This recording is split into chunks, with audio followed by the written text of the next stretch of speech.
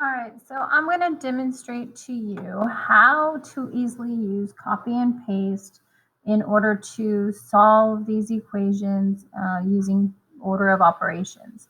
So once you have your original problem, the easiest thing to do is to highlight it all, not including the equal sign, Control C, go down to the next line, might have to enter, and then paste it.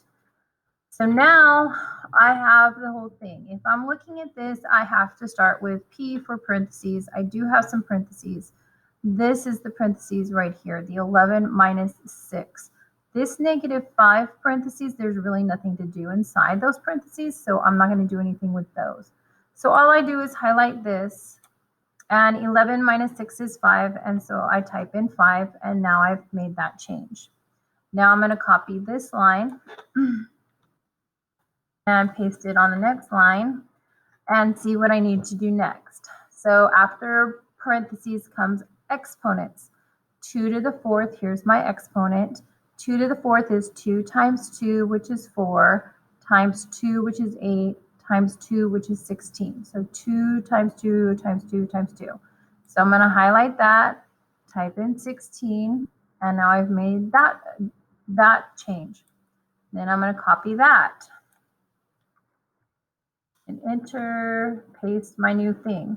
Now I'm at multiplication and division. Remember, you have to do multiplication and division from left to right. I'm going to do each part one at a time.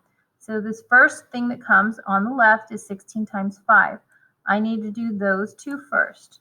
16 times 5 is 80. So I'm going to replace that with 80. Then I'm going to copy that